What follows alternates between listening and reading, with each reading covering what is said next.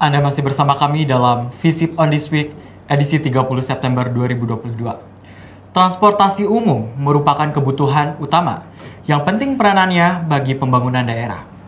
Transportasi umum bisa menjadi solusi permasalahan bagi masyarakat.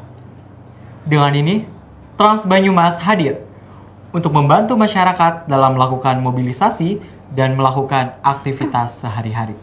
Ya, sejak awal beroperasi, Trans Banyumas ini juga tidak mengungut biaya sepeser pun kepada para penumpangnya. Akan tetapi nih Feby, baru-baru ini terdapat wacana bahwa Trans Banyumas akan mulai menetapkan tarif berbayar bagi para penumpangnya. Sobat Visip, apakah hal tersebut disebabkan oleh dampak kenaikan harga BBM saat ini? Selengkapnya telah kami rangkum berikut liputannya.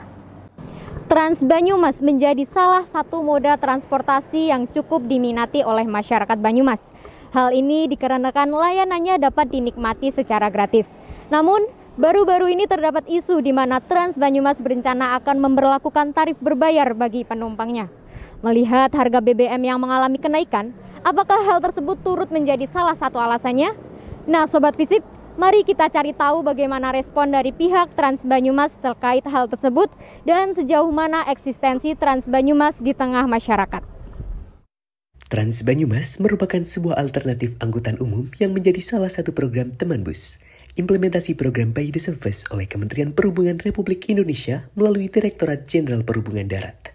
Operator yang menjalankan layanan bus ini adalah PT Banyumas Raya Transportasi.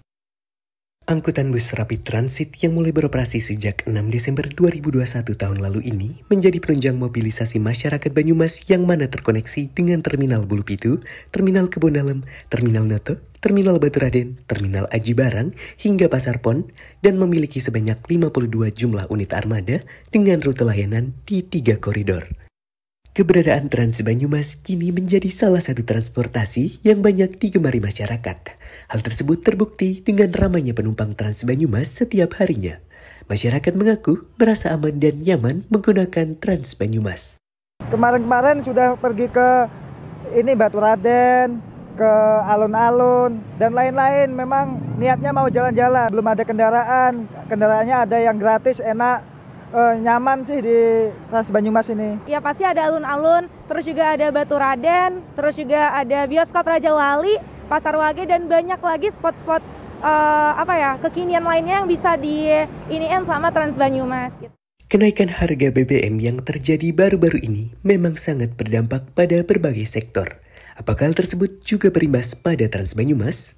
Justru malah dengan kenaikan harga BBM itu menjadikan load factor atau jumlah penumpang di kami itu mengalami peningkatan.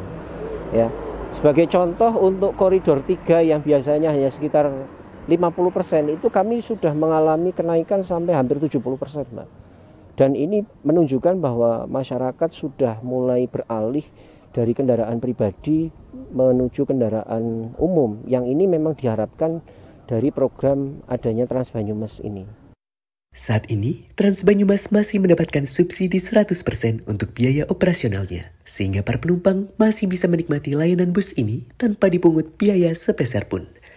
Namun, Trans Banyumas berencana akan mulai menetapkan tarif berbayar bagi penumpangnya dan saat ini tengah memasuki tahap persiapan.